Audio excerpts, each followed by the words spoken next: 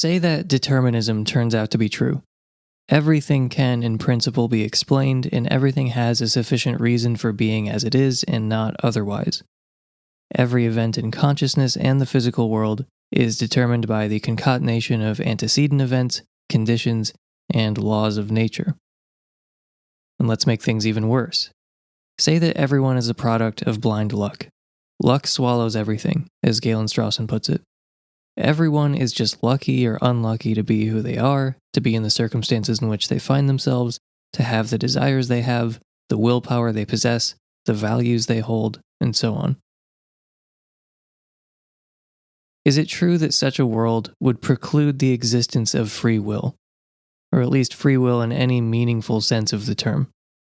Most philosophers would say no, but if I had to guess, most non-philosophers would probably disagree. The thing is, even given the full brunt of determinism and luck, a lot we care about remains stubbornly in place. For instance, there are still virtuous and non-virtuous people. There's still a moral law that can be followed or broken. There's still suffering and flourishing that can be diminished and maximized. There's still a social contract that can be honored or broken. There are still moral standards by which actions and people can be judged, and we can succeed or fail in living up to those standards. In other words, everything that mattered before still matters, even if determinism is true and luck swallows everything. As J.P. Andrew put it, it would to my mind be a bizarre view of moral facts indeed that understood them to hold only if free will is possible. Inflicting suffering for fun is surely wrong, regardless of the capacities we humans do or do not possess. End quote. So what else remains stubbornly in place? Our conscious agency still plays a direct causal role in determining what will happen next. It doesn't follow from determinism that the same future will unfold regardless of what we do. And further, there's still a distinction between voluntary and involuntary action, intentional and unintentional, approval and disapproval of first-order desires, ordinary and extraordinary circumstances, reason responsiveness and non-reason responsiveness. Even given determinism, that is all still there. For these reasons, we can still have good and evil, love and hate, praise and blame, reward and punishment. Regardless, we don't have what Strawson calls heaven and hell responsibility. Even with libertarian free will, it's not clear that anyone would deserve eternal conscious torment. The supposed consequences of libertarian freedom drawn out by its defenders frequently do not follow from the mere existence of libertarian free will. This is part of why I question whether it matters much if we possess libertarian freedom. For instance, eternal conscious torment or the death penalty are not justified purely in virtue of the existence of libertarian free will. Whether or not libertarian free will obtains in our world is an interesting metaphysical question, but I just don't see how it makes much of a practical difference. Free will skeptics and libertarians seem to me to be entirely wrong about the dramatic consequences that would follow from not possessing libertarian freedom. I think a compatibilist is basically someone who doesn't have a quarrel with using the term free will, and who thinks we don't need to run around with our hair on fire if determinism turns out to be true. Determinism, as I mentioned, doesn't necessarily entail a denial of your agency. Determinists don't all hold that your feeling of agency is just an illusion. Why does it feel like you have some control over what you do? Because you do. Why does it feel like you're choosing what to do and making decisions that determine your behavior? Because you are. Why does it feel like my conscious intention to do X caused my doing X? Because that is really what happened. Again, I don't claim to speak for all determinists, but I believe in mental causation. I think some mental states are causally efficacious. It's up to you at this moment to do what you will do next. Compatibilists can affirm this. Given everything we've talked about so far, that there are still virtuous and non-virtuous people, still a moral law to be followed or broken, suffering to be diminished, standards by which we can judge actions and people, a distinction between acts performed voluntarily, intentionally, with approval of first-order desires under ordinary conditions, and acts that were not. And given that there is still conscious agency and a will that plays a crucial role in causal history, this is where I turn to free will skeptics and libertarians and ask, what more do you want? Has anything changed? It just seems like everything is still there. But could you have done otherwise? We should pause and remind ourselves what is often, or at least sometimes, meant by free will. Are there actual alternative possibilities open to us? Some have argued that we can't deserve praise and blame, reward and punishment, or be held morally responsible without actual alternative possibilities. Lately, I've been trying to defend a compatibilist notion of could have done otherwise that's rooted in epistemic possibility. Say we do need randomness or indeterminacy in some form for freedom. Well, we can have randomness or indeterminacy in some form. Dice rolls are random, coin flips are random. A Laplacian demon would know the outcome, but it's nonetheless random and indeterminate as far as we're concerned. So, epistemic indeterminacy, as I'm calling it, is a kind that's compatible with determinism. There's a deeper sense of indeterminacy in which even a Laplacian demon wouldn't know the outcome, but what I'm arguing is that we don't need that deeper sense. In fact, I think we could just reject the notion of could have done otherwise entirely, but let's just say we want to preserve it in some form. So there are alternative possibilities open to us, just like the coin could have come up heads or it could have come up tails. Whether these alternative possibilities count as actual possibilities, genuine possibilities, is a subtlety I want to explore here. So a roll of a die could have come up 1 through 6, and this is true in some sense even if dice rolling determinism is true, which I'll just assume from here on out. Say that Dan rolled a 6, and consider these two propositions. Proposition 1, Dan could have rolled a 1 instead of a 6. Proposition 2, Dan could have rolled a 0 instead of a 6. So in some sense, both statements are false, but they're clearly not false in the same way. The idea that Dan could have rolled a 1 is at least epistemically possible, but that he could have rolled a 0 is not possible in any sense. So with regards to rolling a 1, things really might have been otherwise.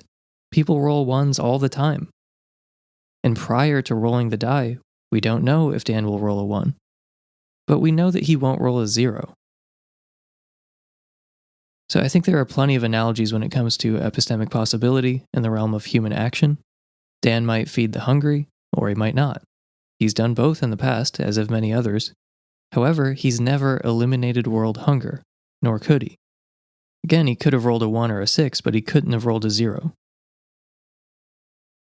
This distinction comes in handy when we're discussing ought implies can.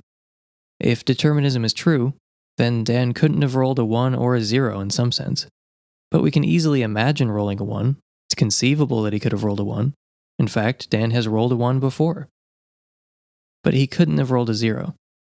Likewise, he can't end world hunger, and he's thus not obligated to end world hunger. Ought implies can. But given the opportunity to feed the hungry, he could have taken the opportunity even though he failed this time. In fact, he's taken the opportunity before. Dan is free of the obligation to end world hunger, but he still feels a pang of conscience about failing to feed the hungry when he's given the opportunity. And for some reason, he finds no comfort in the truth of determinism. And I would say he's right. He could have fed the hungry, and he should have. Further, we don't know the future. We're ignorant of what will happen. So since we don't know which outcome will come to pass, and since our conscious agency plays a role in determining what will come to pass, it's unwise to say that epistemic possibility is somehow inauthentic, or doesn't amount to actual or genuine alternate possibility. In some sense, epistemic possibility is all we have. And epistemic possibility runs throughout philosophy. This may cause difficulties for one who arbitrarily decides that epistemic possibility is insufficient for any meaningful alternate possibilities. The fine-tuning argument, to give one example, runs on epistemic possibility. So I think there may be an inconsistency lurking between running the fine-tuning argument and saying that epistemic possibility is not enough for genuine alternate possibilities. and I only use that example because many libertarians are also religious. But epistemic possibility is used all throughout philosophy. Rejecting it in the realm of human behavior is arbitrary.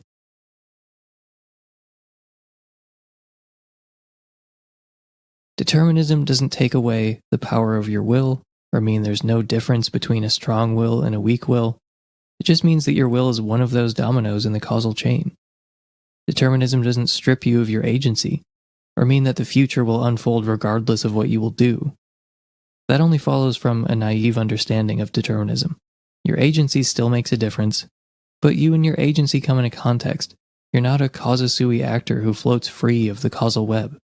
You've only been stripped of freedom of the will in the superlative metaphysical sense, which you couldn't have had anyway, regardless of determinism, dualism, or anything else.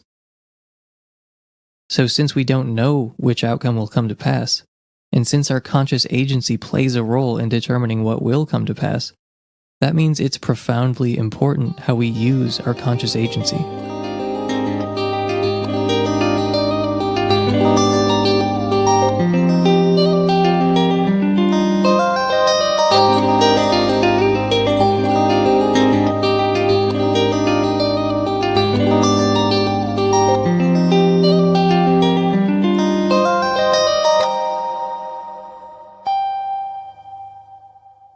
Given everything I've said so far, it would seem misleading to say that I don't believe in free will. And yet you could accuse me of revisionism. The concept of free will has been mutilated past the point of recognition. I'm just changing the subject. I would argue that while my compatibilism is, to some extent, a revisionary project, compatibilist notions of freedom are close enough to the original that we're not simply changing the subject. One element has been removed, a non-essential element, but many others remain in place. Anyone concerned with freedom will take note of at least some of the conditions mentioned earlier. Voluntary versus involuntary, intentional versus unintentional, approval versus disapproval of first-order desires, ordinary versus extraordinary circumstances, reason-responsive versus not reason-responsive.